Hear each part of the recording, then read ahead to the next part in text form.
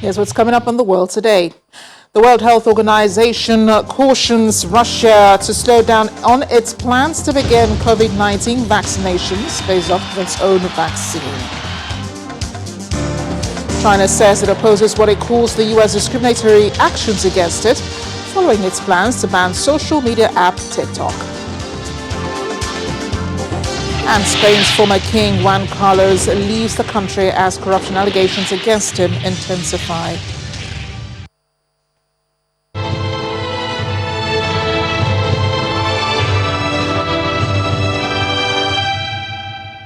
Thanks for joining us this half hour. I am Amarachi Ubani in Lagos. The World Health Organization is calling on Russia to follow international guidelines for producing a vaccine against the coronavirus after the country says it would begin mass vaccinations as early as October. The Russian government announced last week it was preparing to begin these vaccinations, But the problem is that the Russian vaccine is not among the WHO's list of 6 vaccines that have reached phase 3 clinical trials, which involve more widespread testing in humans. WHO spokesman Christian Lindmeier says this is because sometimes individual researchers claim they have found something, but between finding and having a clue of a vaccine that works and having gone through all the stages is a big difference. This comes as the UN says the world is facing a general catastrophe due to school closures caused by the COVID-19 pandemic, warning that getting students back to schools should be the top priority once the pandemic is under control. And here's the global update. The assessment by the World Health Organization's Special Envoy on COVID-19, David Nabarro, comes as more than 18 million people around the world have contracted the virus. Nabarro stresses the importance of being able to trace, test, and isolate people, saying that if that is done, then surges are kept really small. Latin America has over 5 million cases of COVID-19, making it the world's hardest hit region, with Brazil continuing to drive the regional surge with more than 2.7 million infections and close to half of the region's more than 200,000 deaths.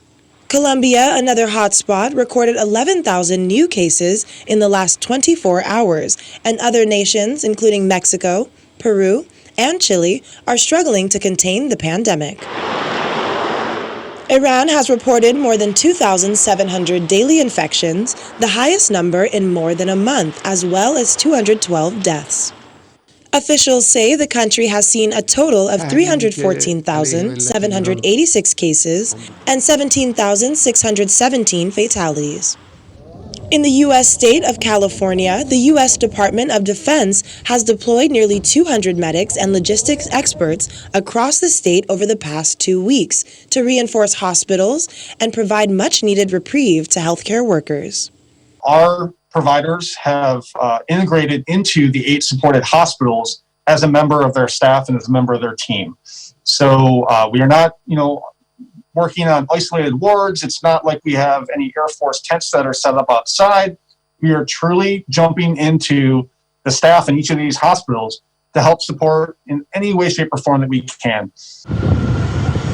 Meanwhile, in Australia, the government says military personnel will be deployed to enforce COVID-19 isolation orders, with anyone caught in breach of those rules facing tough new fines.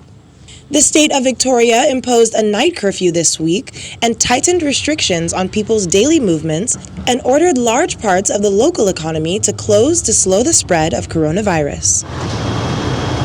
Finally, the Hong Kong government has announced that COVID-19 prevention measures in the region will be extended for another 7 days until August 11th. The new round of measures were introduced on July 29th and include compulsory mask wearing in all public places, limiting group gatherings to 2 people, and closure of entertainment venues, and tightening testing and quarantine arrangements. The United Nations Secretary General Antonio Guterres is warning that the world faces a generational catastrophe because of schools closures amid the coronavirus pandemic, saying that getting students safely back to the classroom must be top priority. According to Mr. Guterres, as of mid-July, schools were closed in some 160 countries, affecting more than 1 billion students, while at least 40 million children have missed out on preschool. This comes on top if more than 250 million children were already out of school before the pandemic, and only a quarter of secondary school students in developing countries are left with basic skills. 40 million children worldwide have missed out on education in their critical preschool year. And parents, especially women, have been forced to assume heavy care burdens in the home. Despite the delivery of lessons by radio, television and online, and the best efforts of teachers and parents, many students remain out of reach. Learners with disabilities, those in minority or disadvantaged communities, displaced and refugee students, and those in remote areas are at the highest risk of being left behind.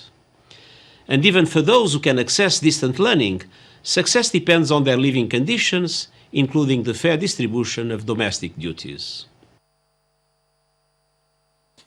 Meanwhile, the World Health Organization's team sent to China to launch a probe into the origins of the new coronavirus had extensive discussions with Chinese counterparts, including video exchanges with scientists in Wuhan, they said, where the outbreak was first detected. The final results of the investigation are keenly awaited by scientists and governments around the world. None more so than Washington, which lobbied hard for this mission. The Trump administration accuses the WHO of being China-centric and plans to leave the agency over its handling of the pandemic. So the team had extensive discussions with Chinese counterparts and received updates on studies, epidemiological studies, biologic and genetic analysis, and animal health research. The team also carried out video discussions with virologists and scientists in Wuhan, China, and as well as local health authorities in Beijing. But important, this was an advanced mission to prepare for future missions, to lay out the terms of reference, and to also start discussing about the possible composition of the team.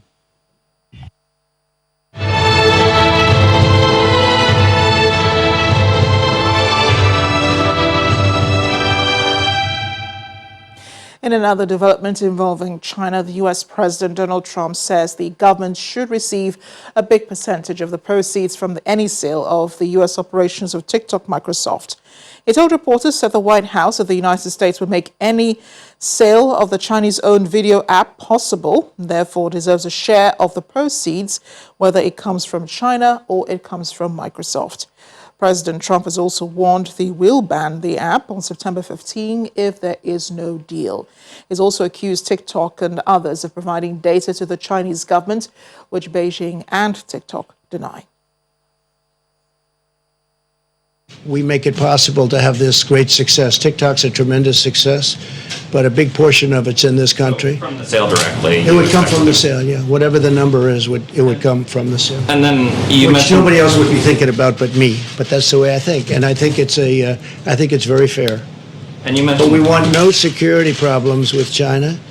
It's got to be an American company. It's got to be American security. It's got to be owned here. We don't want to have any problems with security, etc. And something could come out. I will tell you, there's a lot of excitement, not only by Microsoft, but by other companies in terms of buying it. So we'll see what happens. But we want, and we think we deserve to have a big percentage of that price coming to America, coming to the Treasury. The White House Bureau Chief, Steve Herman, joining us now. He's in Alexandria, Virginia, and where he's monitoring an upcoming White House press briefing where this issue of TikTok will possibly be discussed. Steve, what were you hearing about the U.S. plan to ban TikTok and the probability of that happening? Well, Microsoft is involved in negotiations. It confirms that it is discussing this with ByteDance, the parent company of TikTok, and there is this deadline now that has been set by the president. And of course, Microsoft does have the financial resources to pull something like this off. And just as a follow-up, has the press briefing started? No, not at this moment. We're still waiting for it. The president did address this twice yesterday and made that somewhat baffling comment about a large percentage of the deal, the proceeds of it coming to the U.S. Treasury, and experts are really baffled by that. I talked to a couple yesterday, and they were absolutely left speechless. Some lawyers who specialize in this saying they didn't know how that was even possible. Steve, thanks again for bringing us up to speed. I'm sure there will be more on this later, especially after the briefing by President Donald Trump. Thanks again. Sure. So China, on the other hand, has opposed discriminatory actions against the Chinese companies, calling for it to create a fair investment environment for all foreign market entities. The Chinese Foreign Ministry says under the pretext of national security concerns, the U.S. President Donald Trump is threatening to ban Chinese firm ByteDance's TikTok video app from operating in the U.S., as we said earlier, unless it could find a U.S. buyer before September 15. Foreign Ministry spokesperson Wang Wenbin denounced the U.S. action as a political manipulation, saying the involved Chinese company is actually operating in line with the international rules as well as the U.S. laws. And as we heard from Steve just a minute ago, President Trump has talked about this. He wants an American firm to buy over TikTok because, of course, he does not trust the video app, saying that they're reaping data for the Chinese government. China and TikTok have denied this. The White House also accuses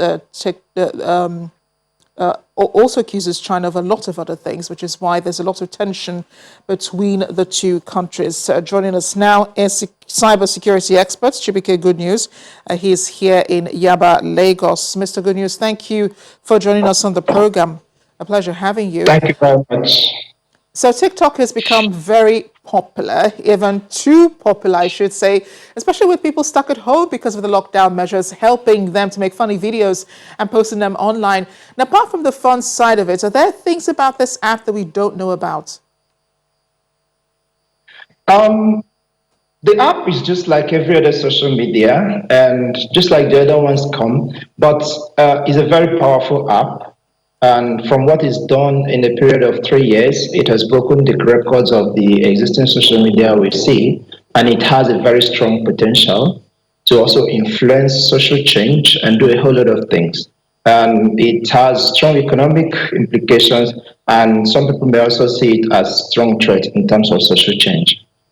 Yeah, and the U.S. president is saying that, this social media app is helping provide data to the Chinese government. It's not the first time we've heard, about things like this, not just about TikTok, but also about other social media apps. I know the issue of cybersecurity has come up again and again, and I think it's really time to ask, if, we should be concerned about security over the internet and what apps we download to our phones and how much information is going out. Of course, we are always concerned about what apps we download on our phones and what information that those apps speak. But those apps also have what we call the private policies and their terms and conditions, which states the kind of information they pick and what they do. So the countries like US and countries in Europe have been able to work out very strong terms and force the big tech to implement a very strong privacy policy that talks about what you're going to do with those data and how it's going to be used. But most of those data are primarily used for advertising and targeting. And some of the apps pick social information, just like the social media we know, and some of them pick information that which people also consider not to be social. Of course, your name, your email address, and a number of things are social data, but when it comes to really private information, it becomes really, really concern. But I don't see the app picking anything that is really strong or breaking any social thing. But what I see here is more of a political thing and not really the security part of it. The security of the app is the same thing that every other social media is also showing us. Yeah, and if there are any issues with security, we'll be calling on you, Chibike, to clear that up for us. Thanks again for joining us on The World today. You're welcome. Thank you very much. There's more coming up on the program after the break. Just be careful where you pose for pictures. One mistake and everything could go downhill, just as it happened with this Canova sculpture in Italy.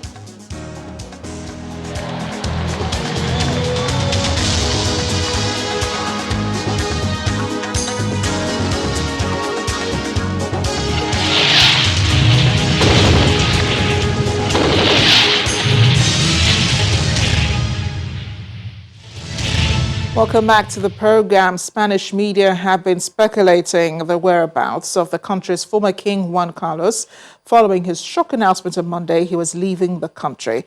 The 82-year-old, who is targeted by a corruption probe, announced the move in a letter posted on the royal website. Earlier this week, the former king, Juan Carlos, told his son, King Felipe, he had decided to leave the country following the corruption allegations against him. Back in June, the Spanish Supreme Court opened an investigation into Juan Carlos's involvement in a high-speed rail contract in Saudi Arabia after Switzerland's La Tribune de Genève newspaper reported he had received $100 million from the late Saudi king. The 82-year-old, through his lawyer, has declined to comment on the allegations. Felipe thanked his father for the decision to leave, saying underlining the historic importance that his father's reign represents for democracy in Spain and reaffirming the principles and values on which democracy is based according to the country's constitution and legal framework. It would not be the first time the royal family would be put in negative light. Corruption scandals circling the family closed in when daughter Princess Cristina was accused of tax fraud in 2014 and when she became the first Spanish royal to stand trial. She was later acquitted, although her husband was sentenced. The accusations followed an opera 2 years earlier when details emerged of a lavish elephant hunting trip to Botswana by the king at the height of recession that saw deep social spending cuts and mass job losses. Spaniards have been divided over the former king's departure. Some were disappointed about it, with scandals looming over him, and accused him of running away and being a coward. Others felt the monarchy should be abolished.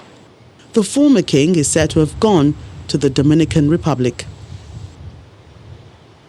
Zimbabwe's President Emerson Mnangagwa has read out the Riot Act to opponents, promising to flush them out following growing tensions over alleged corruption and economic mismanagement. He's described these opponents as rogues trying to destabilize Zimbabwe with the help of foreign detractors. He says they will be overcome. The hashtag Zimbabwean Lives Matter has trended on Twitter with celebrities, including South African rapper Keenan Forbes, who is popularly known as AKA, supporting the campaign. Mnangagwa has been clamping down on protesters, many of whom have been detained, including award-winning Zimbabwean author Tsitsi Dangareba, a nominee for this year's Booker Prize. Staying with those protests, but in Thailand, organizers of an anti-government protest demanded reforms to the monarchy of King Maha Vajiralongkorn on Monday, calling for its powers to be curbed in unusually frank public comments. Defaming the monarchy is punishable by up to 15 years in prison under Thailand's lèse majesté laws.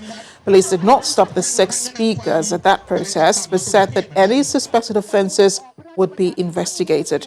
Prime Minister Prayuth Chan-o-cha said today that he was concerned about Thailand's youth and says they must be listened to, warning supporters against using inappropriate language.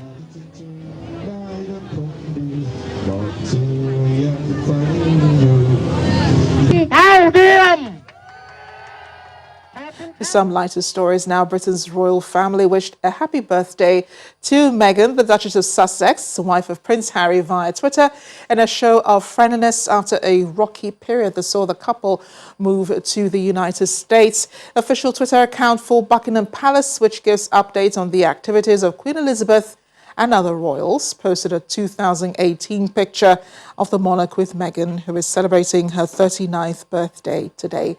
Harry's father, Prince Charles, his elder brother, Prince William, also posted messages to wish her happy birthday.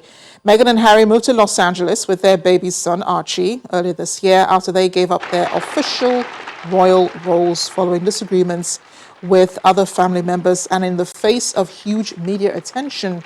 A 35-year-old Harry has admitted that he and William had fallen out without Meghan feeling unprotected by the royal family when she was pregnant, according to the documents that her lawyers filed as part of her legal action against a tabloid newspaper. Just last month, the couple distanced themselves even further from a biography about them, which says Harry believed some of his relatives did not like his American wife, and others believed their popularity needed to be reined in.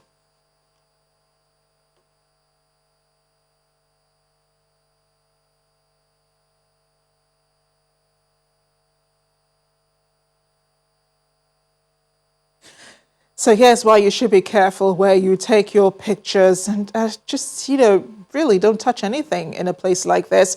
Italian Carabinieri military police released the CCTV footage today of a tourist damaging a 19th century sculpture by Antonio Canova by sitting on it while posing for a photograph. The tourist, whose face is blurred in the CCTV footage, leans on the plaster model of the Paulina Borghese Bonaparte as Venus Victrix as he posed for a picture during a visit to the Gaisoteca Antonio Canova Museum in the northern village of Posano on Friday. And as he got up, he accidentally snapped off part of the sculpture's foot, as we see there, examined the damage, and then casually left the room. 3 toes were damaged, according to the police. At that museum, and the police said that he was an Austrian man. They identified him later. He was part of a group of tourists visiting the museum. And the police said they had since identified the man, as we said, and he was a husband of the woman who organized the tour. The Gipsoteca Antonio Canova Museum is where the great Italian sculptor's original plaster cast models are on display in his hometown where he was born back in 1757. As early as the 1800s, marble statue version of Paolina Borghese Bonaparte as Venus Victrix had been on display in Rome's Galleria Borghese. The Venus Victrix, whose naked model was Paolina Borghese, wife of Napoleon Bonaparte, is his most famous work. Wow. Thanks for watching, though. I'm Amarachi Ubani.